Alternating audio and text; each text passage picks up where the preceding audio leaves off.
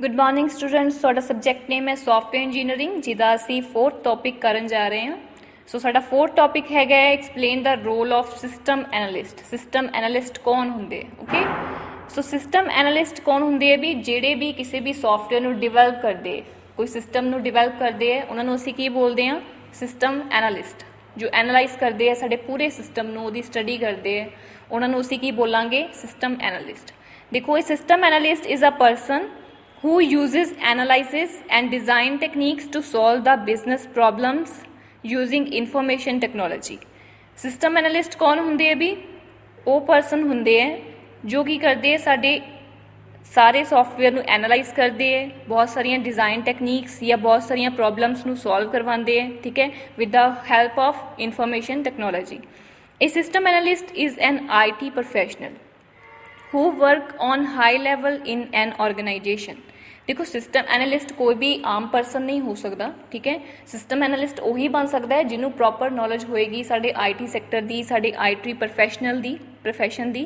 So system analyst कौन हो सकता है एक IT प्रोफैशनल हो सकता है who works on high level in an organisation जिहदा काम ऑर्गेनाइजेशन दे विच हाई लैवल का होंदा है ओके।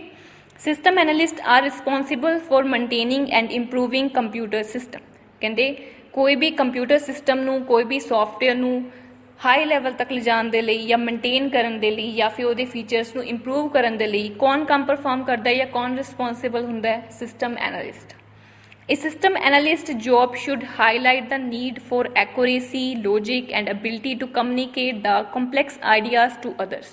सिस्टम एनालिस्ट की जॉब का मेन काम की है मेन की हाईलाइट करवाती है कि उन्होंने बहुत सारी एक्यूरेसी के नाल काम परफॉर्म करना पैंदा है बहुत सारे लॉजिकल वेज उन्होंने अपलाई करने पैंदे अपने काम दे विच क्रिएटिविटी लैके आनी पैंदी है ठीक है उहदे विच एबिलिटी होनी चाहिए किसी नूं भी कम्युनिकेट करवाउण दी किसी नूं भी मोटिवेट करन दी या किसी नूं भी कॉम्पलैक्स आइडिया नूं दस्सण दी ठीक है कोई भी प्रॉब्लम्स नूं रीसॉल्व करन दी वो सारी कैपेबिलिटी स्किल्स होनियां चाहिए साडे सिस्टम एनालिस्ट दे विच तां ही ओह एक वधिया प्रोडक्ट जिहड़ा हैगा उहनूं लॉन्च कर पाएगा okay. So different role of system analyst किहड़े रोल्स किहड़े काम परफॉर्म करता है साडा सिस्टम एनालिस्ट। फर्स्ट देखो maintaining and upgrading existing system. कोई भी सॉफ्टवेयर तुहाडे को बनया होया है रेडी है उहदे विच मेनटेनिंग करनी या अपग्रेडेशनस करनी या उहदे फीचर्स नूं चेंज करना वो कौन करता है साडा system analyst okay. Second number पर देखो designing new computer system structure. कोई भी न्यू कंप्यूटर सिस्टम नूं डिजाइन करना उहदा फ्रेमवर्क रेडी करना उहदा स्ट्रक्चर रेडी करना दैन कौन करेगा सिस्टम एनालिस्ट। थर्ड नंबर पर क्रिएटिंग सिस्टम गाइडलाइंस। कोई भी सिस्टम या कोई भी सॉफ्टवेयर दियां गाइडलाइंस नूं क्रिएट करना इंस्ट्रक्शंस नूं बनाना वो कौन बना सकता है सिस्टम एनालिस्ट। देखो गाइडलाइंस उही क्रिएट कर सकता है जिन्हों प्रॉपर नॉलेज होवे उस चीज़ नूं करन दी ठीक है। सो सिस्टम एनालिस्ट नूं पता हुंदा है कि किहड़े इंस्ट्रक्शंस फॉलो होनी है किहड़े काम परफॉर्म होने हैं। सो उस अकॉर्डिंग वो डिपार्टमेंटेशन दे विच की कर दिंदा डिफरेंट एक्टिविटीज़ नूं डिवाइड कर दिंदा है ठीक है यूनिट्स नूं सब मॉड्यूल्स या सब यूनिट्स च डिवाइड कर दिंदा है ओके। सो फोर्थ साडा पॉइंट हैगा रिस्क सॉल्विंग प्लैनिंग। अगर कोई रिस्क आ जाता है तो उन्होंने किद्दां सॉल्व करना है अगर कोई प्रॉब्लम्स आ जाती हैं तो उन्होंने किद्दां रीसॉल्व करना है ठीक है that is also the work of system analyst. Fifth number पे running training session and workshops. देखो बहुत सारे ट्रेनिंग सैशनस उन्हें भी अटेंड किए होंगे और बहुत सारे ट्रेनिंग सैशनस वो चाहता है कि वो स्टाफ मैंबरस भी अटेंड करन ठीक है। सो 6 नंबर पर है regular review of system and generating. देखो जो भी डेली बेसिस से काम परफॉर्म हो रहा होंगे वो रिव्यू उन्होंने लेना पैंदा है ठीक है कि अज कितना काम परफॉर्म किया या कल कितना काम परफॉर्म होया क्यों क्योंकि उन्होंने एक गोल सैटिंग की होंगी है एक टाइम सैट किया होंगे अपने प्रोजेक्ट को कंप्लीट करन दा। सो वो टाइम सैटिंग के अकॉर्डिंग ही तुहाडा प्रोजेक्ट कंप्लीट तां ही होएगा अगर तुसीं डेली रिव्यू लोगे उस प्रोजेक्ट के वर्क के उत्ते ओके।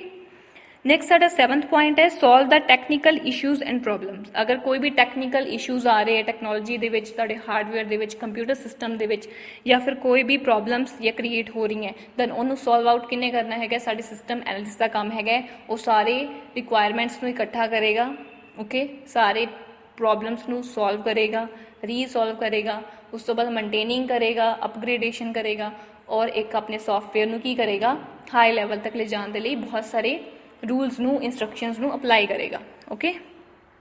सो साड़ियाँ डिफरेंट क्वालिटीज़ होनी चाहिए सिस्टम एनालिस्ट दे विच। सिस्टम एनालिस्ट दे विच बहुत सारी क्वालिटीज़ दे रोल्स होने चाहिए ਸੋ ਕਿਹੜੇ ਹੋਣੇ ਚਾਹੀਦੇ ਹੈ? First one is a communication skill. किहड़ी स्किल सब तो इंपॉर्टेंट हैगी है? Communication.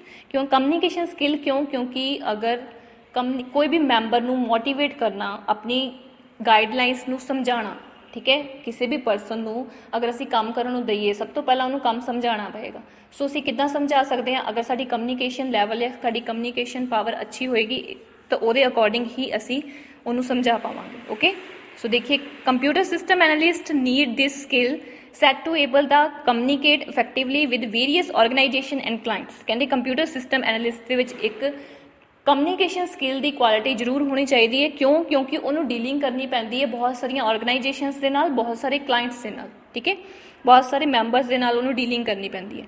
The system analyst have the ability to explain the complex system issues in understandable way. Computer system analyst ਦੇ ਵਿੱਚ ਕਹਿੰਦੇ ਇੱਕ ਕੁਆਲਿਟੀ ਹੋਣੀ ਚਾਹੀਦੀ ਹੈ, ਇੱਕ ਐਬਿਲਿਟੀ ਹੋਣੀ ਚਾਹੀਦੀ ਹੈ ਕਮਿਊਨੀਕੇਸ਼ਨ ਦੀ, ਬਹੁਤ ਜ਼ਿਆਦਾ ਇੰਪੋਰਟੈਂਟ ਹੈ। ਕਿਉਂਕਿ ਸਾਡੇ ਕੰਪਲੈਕਸ ਸਿਸਟਮ ਨੂੰ ਉਹਨੇ ਇੱਕ ਅੰਡਰਸਟੈਂਡੇਬਲ ਵੇ ਦੇ ਨਾਲ, ਇੱਕ ਬਹੁਤ ਹੀ ਈਜ਼ੀ ਵੇ ਦੇ ਨਾਲ ਉਹਨੂੰ ਸਮਝਾਉਣਾ ਆਉਣਾ ਚਾਹੀਦਾ ਹੈ ਆਪਣੇ ਸਟਾਫ ਮੈਂਬਰ ਨੂੰ, ਠੀਕ ਹੈ, ਕਿ ਉਹ ਕਿੱਦਾਂ ਕੰਮ ਪਰਫਾਰਮ ਕਰੇ। ਸੋ ਇੱਕ ਅੰਡਰਸਟੈਂਡੇਬਲ ਵੇ ਦੇ ਨਾਲ ਉਹਨੂੰ ਕੋਈ ਵੀ ਚੀਜ਼ ਨੂੰ ਸਮਝਾਉਣਾ ਆਉਣਾ ਚਾਹੀਦਾ ਹੈਗਾ ਅਗਲੇ ਨੂੰ। ਉਹ ਤਾਂ ਹੀ ਹੋ ਸਕਦਾ ਹੈ ਅਗਰ ਸਾਡੇ ਕੋਲ ਗੁੱਡ ਕੁਆਲਿਟੀ ਹੈਗੀ ਕਿਹੜੀ? ਕਮਿਊਨੀਕੇਸ਼ਨ ਸਕਿੱਲ ਦੀ। नेक्स्ट साडा सैकेंड पॉइंट है problem solving skill. Computer system analyst should have able to identify the complex problems, ठीक है, उन्होंने बहुत ज़्यादा ईजिली फाइंड होनी चाहिए कंपलैक्स प्रॉब्लम्स। अगर कोई भी प्रोग्राम दे विच, कोई भी सॉफ्टवेयर दे विच कोई भी प्रॉब्लम आ रही है तो उन्होंने देखते ही पता लग जाना चाहिए कि ये वाली प्रॉब्लम आ रही होएगी। Okay, and find the solutions to this problem, तो उन्होंने उस प्रॉब्लम से सल्यूशंस भी फाइंड होने चाहिए। They should also check team efforts, management, cost and accounts. उन्होंने कहते होर भी की चैक करना पैंदा? टीम के एफर्ट्स चैक करने पैंदे कि किस एफर्ट्स के नाल तुहाडी टीम काम कर रही है और अकॉर्डिंग टू टाइम या अकॉर्डिंग टू बजट तुहाडा काम हो रहा है कि नहीं हो रहा। ओके, ये सारी टैक्नीक्स जिहड़ियां हैगियां उहदे विच उन्होंने फॉलोअप करनियां पैंदियां। So problem solving skill is also very much important, ठीक है, क्योंकि प्रॉब्लम नूं किद्दां सॉल्व करना है, किद्दां उस चीज़ नाल टैकल करना है, ये क्वालिटी भी साडे सिस्टम एनालिस्ट दे विच होनी चाहिए है। नैक्सट है थर्ड मार्केटेबल स्किल, ठीक है, कि मार्केट विच किद्दां डीलिंग करनी है, किद्दां अपने काम नूं हाई लैवल तक लैके जाना है, तो वो स्किल भी उहदे विच होना चाहिए है। बिजनेस इंटैलीजेंस होनी चाहिए है, बिजनेस सिस्टम इंटीग्रेशन होनी चाहिए है, बिजनेस एंड इंफॉर्मेशन सिस्टम, ये सारिया क्वालिटीज़ उहदे च होनियां चाहिए कि उन्होंने बिजनेस बारे उन्होंने पता होवे, नॉलेज होवे, इन्फॉर्मेशन होवे। Okay, software development, risk management, ये बारे भी पता होवे कि किद्दां किसी सॉफ्टवेयर नूं डिवेलप करते हैं, किद्दां किसी रिस्क नूं मैनेज करते हैं, अगर कोई भी प्रॉब्लम आ जाती है उन्होंने किद्दां टैकल करते हैं, ठीक है।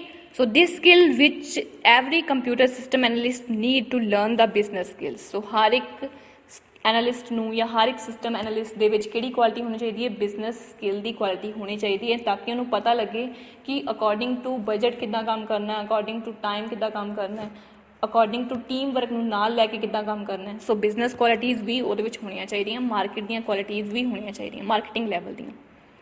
नैक्सट फोर्थ पॉइंट है analyst skill. With analytical skills, computer system analyst can interpret complex information from different sources। complex information ਨੂੰ ਉਹਨੇ different sources ਚ divide ਕਰਕੇ ਇੱਕ understandable way ਦੇ ਵਿੱਚ ਹਰ ਇੱਕ people ਨੂੰ ਸਮਝਾਉਣਾ, understand ਕਰਵਾਉਣਾ, ਇੱਕ capability ਵੀ ਸਾਡੇ system analyst ਚ ਹੋਣੀ ਚਾਹੀਦੀ ਹੈ। This can help them to decide the best way to move the project। ਆਪਣੇ project ਨੂੰ ਕਿੱਦਾਂ move ਚ ਲੈ ਕੇ ਜਾਣਾ ਹੈ, ਕਿੱਦਾਂ high level ਤੱਕ ਲੈ ਕੇ ਜਾਣਾ ਹੈ, ठीक है। ये सारिया कैपेबिलिटीज़, किद्दां कोई डिसीजन लेना है, किद्दां वो कोई भी प्रोडक्ट नूं चूज़ करे।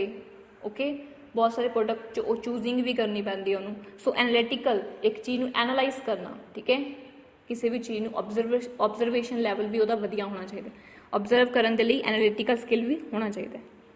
नैक्सट है creative mind. The system analyst should have the quality of creative mind. Creativity होनी चाहिए ਉਹਦੇ ਵਿੱਚ, ठीक है, डिफरेंट वर्क ਨੂੰ डिफरेंट वेज ਦੇ ਨਾਲ ਕਿੱਦਾਂ ਕਰਨਾ ਹੈਗਾ, एक क्रिएटिव माइंड वाला पर्सन ही कर सकता है। The user can easily develop their ideas and improve user system to match user requirements.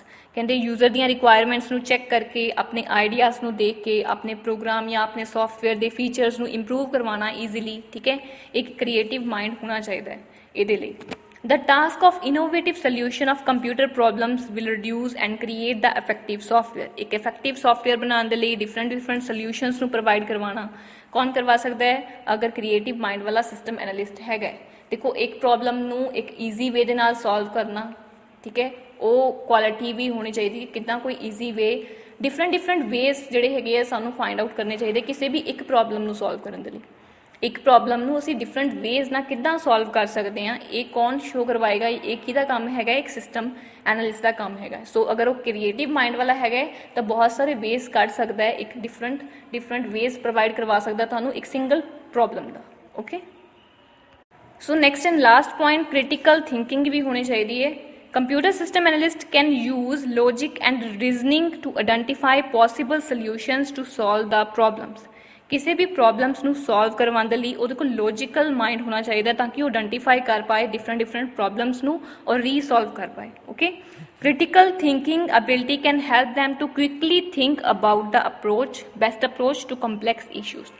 ਕੋਈ ਵੀ ਕੰਪਲੈਕਸ ਇਸ਼ੂ ਤੁਹਾਡੇ ਸਾਹਮਣੇ ਆ ਗਿਆ ਹੈ, ਤੁਸੀਂ ਉਸੇ ਵੇਲੇ ਡਿਸਾਈਡ ਕਰਕੇ ਡਿਸੀਜ਼ਨ ਲੈ ਕੇ ਬੈਸਟ ਅਪਰੋਚ ਨੂੰ ਚੂਜ਼ ਕਰਨਾ ਹੈਗਾ ਤੇ ਕ੍ਰਿਟੀਕਲ ਥਿੰਕਿੰਗ ਵਾਲਾ ਇਨਸਾਨ ਹੀ ਕਰ ਸਕਦਾ ਹੈ। ਉਸੇ ਟਾਈਮ ਐਟ ਅ ਟਾਈਮ ਤੁਸੀਂ ਕੀ ਕਰਨਾ ਹੈਗਾ, ਉਹਦਾ ਬੈਸਟ ਅਪਰੋਚ ਫਾਈਂਡ ਕਰਨਾ ਹੈਗਾ। ਠੀਕ ਹੈ, ਸੋ ਇਹ ਕੈਪੇਬਿਲਿਟੀ ਵੀ ਸਾਡੇ ਸਿਸਟਮ ਐਨਾਲਿਸਟ ਦੇ ਵਿੱਚ ਹੋਣੀ ਚਾਹੀਦੀ ਹੈ।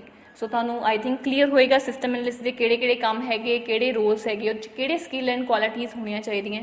ਠੀਕ ਹੈ, so I hope you understand this topic. Thank you so much and have a nice day.